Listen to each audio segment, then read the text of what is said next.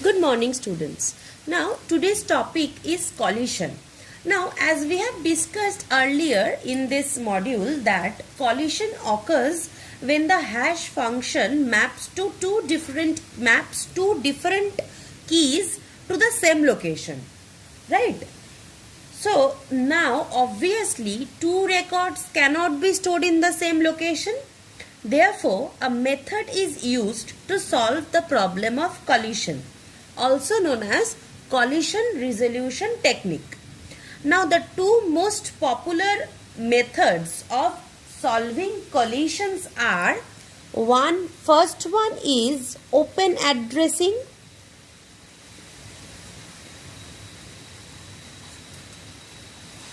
and the second one is chaining. Now we will study one by one about these two methods. Now first we will study about the method open addressing. At first we will be discussing about the open addressing method. Now a concept will come in the open addressing method about the sentinel values. Now this concept will get cleared as we discuss this thing. Now in open addressing method, what happens is once a collision takes place in open addressing or closed hashing, this method computes new positions using a probe sequence. That is, it finds out what is the cell, that is, it probes that what is the cell next in the array that is empty, so that I can put the value, and the next record is stored in that position. Now in this technique, all the values are stored in the hash table. Now the hash table contains two types of values. First value is the sentinel value, which has this value of -1, and the next value is the data value, that is the value which we want to store. The presence of a sentinel value, it indicates that the location contains no data value at present but can be used to hold a value. That means that whenever suppose there is an array and suppose these are the blocks of the array, what happens is initially all the cells are filled with sentinel elements. Now whenever the algorithm runs and it probes and finds that this cell contains a sentinel element, that is -1, it assumes that this cell is empty and it can be used to fill any data in this cell. Again it goes to the next consecutive memory location to find out that okay, this cell is also empty. So wherever it will find a sentinel element, that is value, that is -1 value, this algorithm will know that those cells are empty and can be used to fill up with the data which we want to fill in. So when a key is mapped to a particular memory location, then the value it holds is checked. So when suppose a key is mapped to this memory location, suppose a key is mapped to this memory location, first the value at this memory location will be checked. If this value at this memory location is -1, this means that this cell is empty and it will be used to fill the data. But if it holds some other data except -1, then it knows that this cell is not empty. So it will again go on to find out the next cell which is empty or which contains the sentinel value, so that we can fill in our data. So when a key is mapped to a particular memory location, then the value it holds is checked. If it contains a sentinel value, then the location is free and the data value can be stored in it. However, if the location already has some data value stored in it, then other slots are examined systematically in the forward direction to find a free slot. If even a single free location is not found, then we have an overflow condition. Now, what happens in open addressing methods is, suppose open addressing method, under this section we will be studying a lot of methods like linear probing, quadratic probing, double hashing, rehashing. So these are the 4 methods which we will be studying under open addressing concept. Now in this concept, what happens is we have an array, right? Suppose this is our array.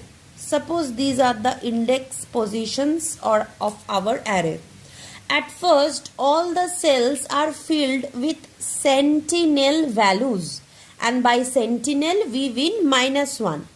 All the locations are filled with the values -1. Now suppose we have a few values 18, 26, 59 and 6 to insert in the array or the hash table, whatever we call it. So first the algorithm will do what? First the algorithm will check, is this location empty? That means if any location contains a sentinel value, then that location is considered to be free to hold any value which we want to enter. So first it will check, is this location free? Yes, this location is free because this location contains sentinel value. So we may enter 18 in this location. So this location will now hold 18. Suppose next we want to store 26. So next we are checking, is this location free? Then we are saying yes, this location is also free since it contains sentinel value. So again we will add 26. Suppose we are filling up the hash table. Suppose a value 5 is stored over here, a value 8 is stored over here, a value 9 is stored over here. Suppose after filling up 18 and 26, we want to fill 59. So we will probe. So we do what? We check, is this location free? No, this location is not free because it doesn't contain the sentinel value. It contains any other value. Then we will probe next. Is this location free? No, this location is also not free because it doesn't contain sentinel value. It contains some other value. We will check, is this location free? No, this location is also not free. Then we are checking, is this location free? Yes, this location is free because again it contains a sentinel value. So we can put our value in this location.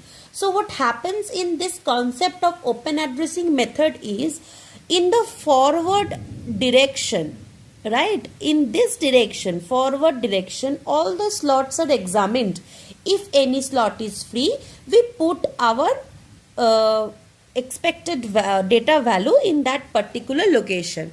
And suppose we are going on checking and we didn't find, suppose we want to insert 6 and all the cells are booked and we went on checking and checking, but we couldn't find any particular cell free to put the value. So that condition is known as overflow condition. Fine. So the process of examining the memory locations in the hash table is called probing. This concept that we are examining, first we examined this, then we probed to the next location, we examined this, when we probed to the next location, we examined this, and so on. So the process of examining the memory locations in the hash table is called probing. So open addressing technique can be implemented using linear probing, quadratic probing, double hashing and rehashing. So this method is used in linear probing, quadratic probing,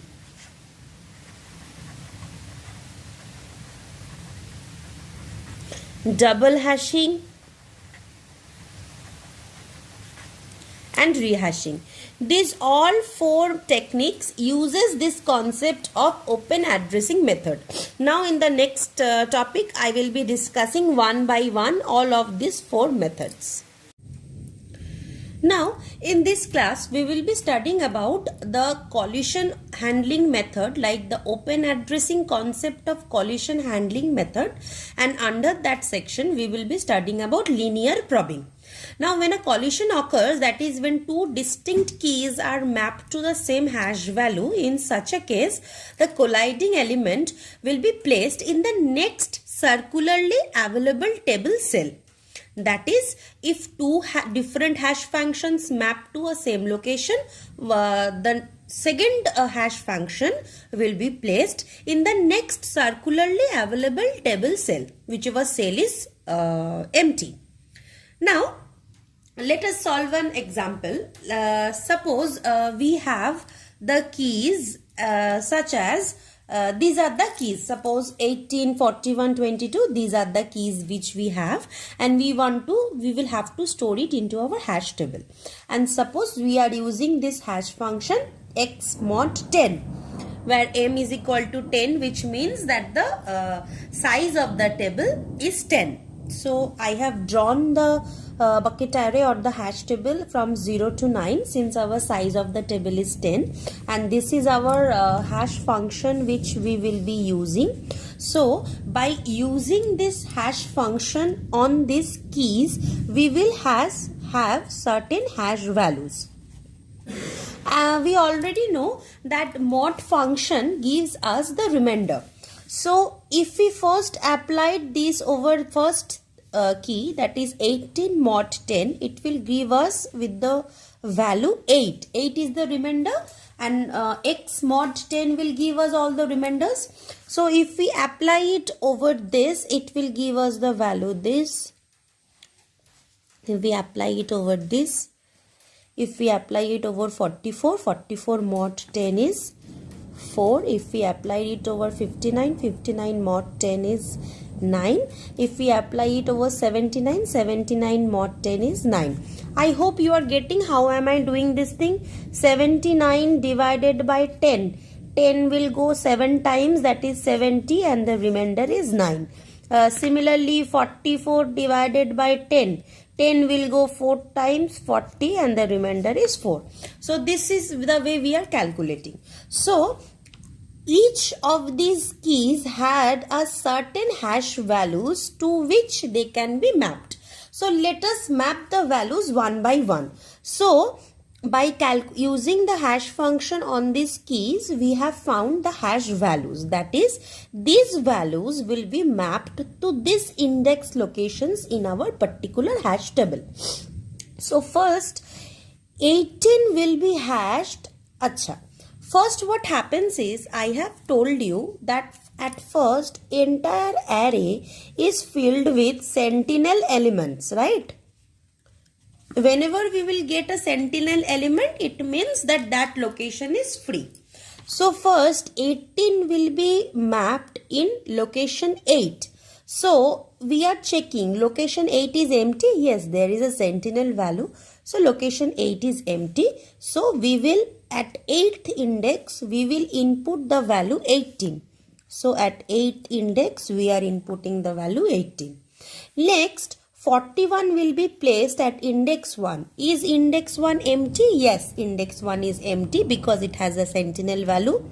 41 will be placed in index 1. Next, 22 will be placed in index 2. It is free, so 22 is placed in index 2. Now, 32 will be placed in index 2. Now, here comes the first problem. After 22 is filled in index 2, 32's hash value also gives a result 2.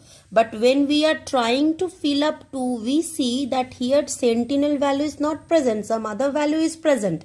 So this cell is already filled. So we cannot store 32 in this cell.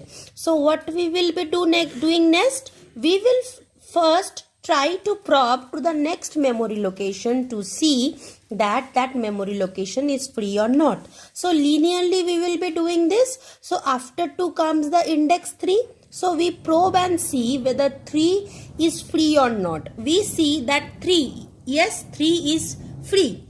So we insert 32 in index 3. Okay. Next is 44. 44 is hash value is 4. Is 4 free? Yes, 4 is free. So we insert 44. Next 59. 59 hash value is 9. Is 9 free? Yes. So we store 59. Next is 79. 79 hash value is 9. Again when we come at 79, the 9th index will already fill. So we go to the next circularly available table slot or the table cell that is free. So after 9, if we go back according to a circularly available table slot, then 0 is the first slot after 9. Linearly if we go, then again 0 is the slot which is free. So we will insert 79 in the index 0.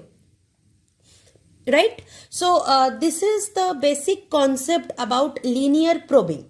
What happens is linear probing. Some keys values are given. A hash function is given. First we need to find the hash values of the respective keys, and linearly we need to fill up the cells of the hash table, and if any such sequence occurs that that cell is already filled up, we need to go to the next immediately available memory location which can be filled.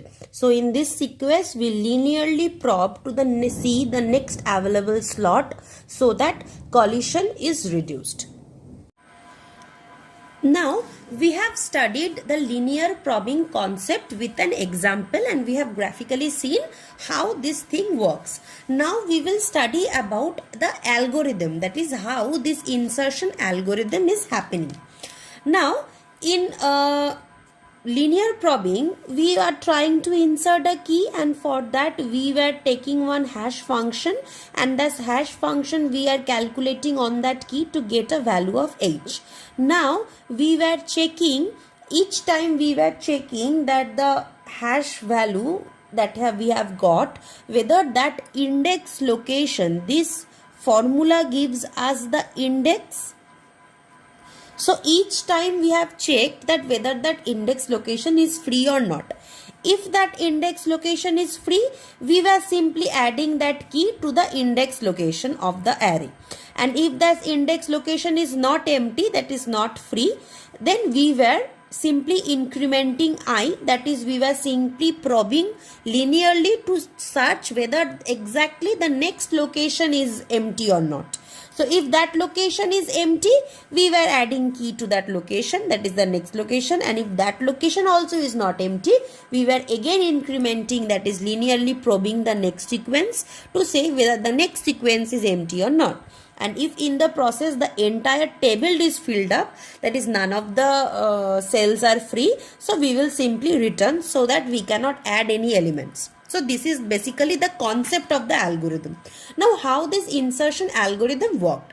We will take the same example that we have used to understand linear probing, and we will apply this example on this algorithm and see step by step how this algorithm works. Now we were given what? First we were given a few keys, we were given a hash function, and we have calculated, we have taken n to be the size of 10. Since we have taken n to be the size of n, we know that our array or the hash table is of size n, that is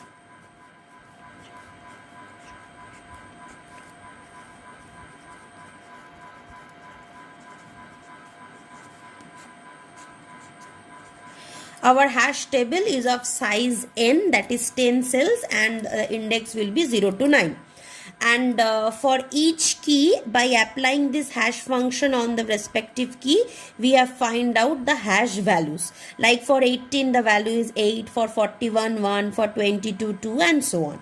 And each time we will try to insert these keys into the hash table, we will check whether that particular index is free or not. So let us take first the example. So first we will take 18. So 18 is our key. So we will insert 18. For doing that, we will calculate h. H is what? Hash of key, that is hash of 18. So our h is 8. This was our h, hash of 8, the key value. Fine. I equal to 0. I equal to 0. Fine. Now h plus I, that is 8 plus 0, 8 mod n, that is 8, and n value is 10, that is 8 mod 10 will come as 8, right? We will check, while 8 is not empty, we will check our 8th location is empty, so we will not enter into this loop. This loop will be entered only when this index is not empty. But we can see that our index 8 is empty, so we will not enter this loop. We will not enter this loop. We will directly go to add key to this index location which we have calculated. So we will add the key 18 to array of 8. That is, in 8 location of the array we will add the element 18. So we are adding. Fine. Now we will insert the next key. Our next key is 41. So we will insert 41. We will first find out what is h, that is hash of 41. We have seen that hash of 41 is 1. So h is 1, I is 0. So we will calculate h plus I, that is 1 plus 0, that is 1, that is 1 mod n, right? 1 mod n, that is 1 mod 10, which is equal to 1. Whether this location is empty or not. We see that one location is empty. So we will not enter into this loop. We will not enter here. We will simply add key to the location A of this value. So we will add the key 41 to the location A of 1. So we will add the key 41. Fine. Now we will try to add the key 22. Now we will try to insert 22. Now h of 22 is what? H of 22 is 2. Now I equal to 0. Now 2 plus I, h plus I, that is 2 plus 0, that is 2 mod n. Now 2 mod 10, which comes at 2. We will see whether 2 is empty or not. We see that yes, 2 is empty. So we won't enter into this loop. We won't enter into this loop. We will simply add key to this location. So we will add the key 22 to the location array of 2. So we will add the key 22 to the location array of 2. Now we will try to insert the key 32. When we try to insert the key 32, we first find out the h of the 32. So h of 32 is 2. Now I is 0. Now h plus I mod n, which comes as 2 plus 0 mod n, that is 2 mod 10, which is 2. Now we see that this location is not empty. If we see 2, 2 is not empty. So we will enter into this loop. Now while this index, that is 2 index, is not empty and also I is less than the size of our table, our I is 0. 0 is less than n, that is 0 is less than 10. Yes, it is true. We will simply increment I plus 1. So now for this thing, I from 0 has gone to 1. Now again we will calculate this function, that is our h is 2. Now our new updated I is 1. Now 2 plus 1, that is 3 mod n, that is 3 mod 10 3, whether this cell is empty or not. If we see that yes, this cell is empty. So if this cell is empty, we will not enter into this loop. We will not enter over here. We will simply add key to this location. So our key was 32. So we will simply add 32 to the location array of 3. So we add 32 to the location array of 3. Now we want to add the key 44. Now the key 44, the hash value, that is h of 44 is 4. Our I is 0. Our I is 0. Now we will calculate h plus I, that is 4 plus 0, that is 4 mod 10. 4 mod 10 will come as 4. Now if we check that yes, 4 is already empty, so these two loops we will not entertain. We will simply add the key to index of 4 location. So we add 44 in this location. Right? Now we try to add 59. When we try to add 59, we see that when we try to add 59, we see that h of 59 is 9. That is h is 9, I is 0, and h plus I, that is 9 plus 0, that is 9 mod 10 is 9. Right? And we see that our index location 9 is empty. So we do not entry over here. We do not entry over here. We simply add the key 59 to this location array of 9. So we add 59 to the location array of 9. Now we want to add the items key 79. Now when we try to add 79, we take the age of 79. Our age of 79 is 9. Our I is 0. So h plus I, that is 9 plus 0, 9 mod n, that is comes as 9. Now if we see 9, 9 is already filled up. So when 9 is already filled up, we increment I by 1. That is, I is incremented by 1. Right? Now again we calculate whether h plus I. Now h is 9, I is 1. 9 plus 1, that is 10 mod 10. 10 mod 10 will give us the answer as 0. Right? The remainder is 0. We will check whether this location is empty or not. We see that yes, this 0th location is empty. Now if this location is empty, we will add 79 to the array of this index location. So we add 79 over here. Now see, we have included all the keys using the concept of linear probing, using this insert algorithm. We have insert all the keys in our hash table.